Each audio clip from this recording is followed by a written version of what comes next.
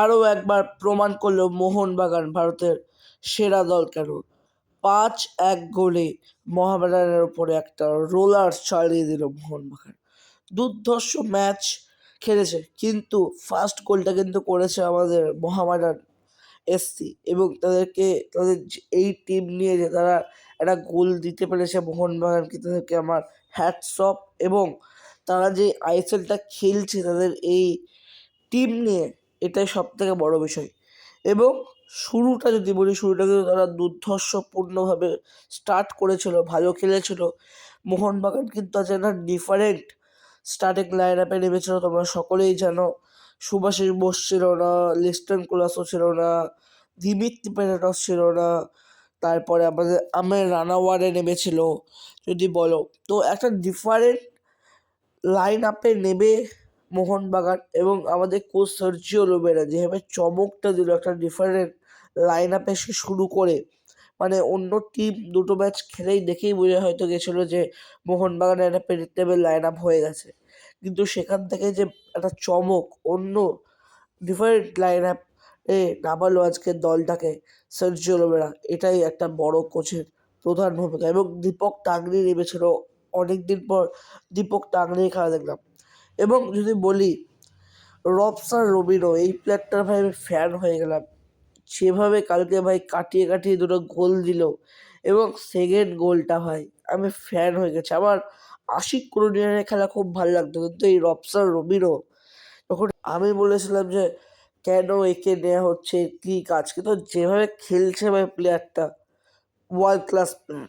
এবং দিমির ফর্ম ফিরেছে, দিমির যে গোলটা করলো, অনেকে বলছে ভাই আন্দাজে গোলটা ঢুকে গেল, কিন্তু ক্লাসটা দেখো, পারমানেন্ট যে পজিশনটা রেখেছিল দিমিত্রি, এটাই একটা বড় প্লেয়ার। এবং লিস্টারও সেকেন্ড হাফে নেমেছে। কামিংসের খেলা আমার ভালো লেগেছে, কামিংস ভালো ভালো কিন্তু পাস বাড়াচ্ছিল কামিংস এই ম্যাচটা। এবং আমার রানাওয়ারে যেভাবে উঠে যাচ্ছিল, উঠে গিয়ে বল রাখছিল ওপরে, ভালো লেগেছে। মানবীরের খেলাও ভালো লাগে, মানবীর যে গোলটা করেছে ভালো গোল, হেড থেকে ভালো একটা গোল করেছে। এবং ওভারঅল খেলাটা দুর্ধর্ষ লেগেছে, কিন্তু আমি একটাই কথা বলবো, এটা মোহামেডান, এদেরকে হারানো, টোটাল ইন্ডিয়া স্কোয়াড মোহামেডান, এদেরকে হারানো এবং মোহনবাগানের অরিজিনাল ক্লাস প্রমাণ হবে যখন একটা বড় টিমকে হারাবে। ধরো টাটা, অর্থাৎ জামশেদপুর, গোয়া, মুম্বাই, এই টিমগুলোকে হারাবে যখন, তখনই কিন্তু আমরা বলতে পারবো যে মোহনবাগান আসা ভালো খেলছে। এই দুটো ম্যাচ খেলে লাভ হলেও কিন্তু হবে না, সমর্থকদেরকে বুঝতে হবে যে মোহনবাগান একদমই স্কোয়াডে কিচ্ছু নেই।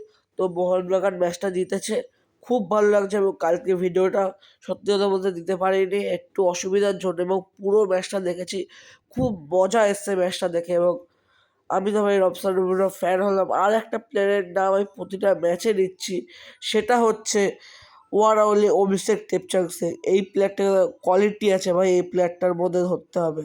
এবং কালকে অ্যালবার্দো খেলা ভালো গেছে। গোলটা নিয়ে যদি কথা, যে গোলটা মোহনবাগান খেলো, এখানে আমি বলবো ডিফেন্সেরই ভুল, কারণ ডিফেন্স যে প্লেয়ারটা গোল করলো, কোনো ম্যান মার্কিং করেনি, ছেলেটা উড়তি বলে হেড করে গোল করে দিয়ে চলে গেলো। বিশালের ভুল না, ম্যানটাকে মার্কিং করা উচিত ছিল যখন কর্নার এসেছিল।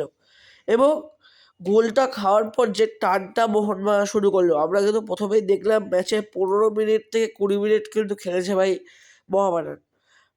তারপর থেকে যে স্টার্টটা করলো মোহনবাগান, পর অ্যাটাক ওয়ার্ল্ড ক্লাস, এবং খেলাটা ভালো ছিল। কিন্তু সেকেন্ড হাফে ফার্স্টে গোলগুলো হলো, সেকেন্ড হাফের খেলা আমার অতটাও ভালো লাগে। ফার্স্ট হাফে যেভাবে খেলছো, সেকেন্ড হাফ দুর্ধর্ষ খেলেছে, আমি বাজে কথা বলছি না, কিন্তু আরও একটুখানি যদি ভালো খেলতে পারতো সেকেন্ড হাফ, আমার মনে হয় যা যা শটগুলো কালকে মোহনবাগান মিস করেছে, মিনিমাম এই ম্যাচে কিন্তু 6 থেকে 7টা গোল হওয়ার কথা।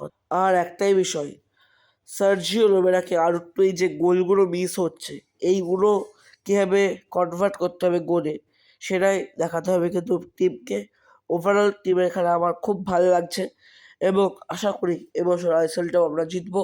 তো চলো, এই হচ্ছে আজকের ভিডিও, দেখা হচ্ছে পরের ভিডিওয়ে। তো আজকের মতো এখানেই টাটা, এবং যাওয়ার আগে সকলকে জয় মোহনবাগান।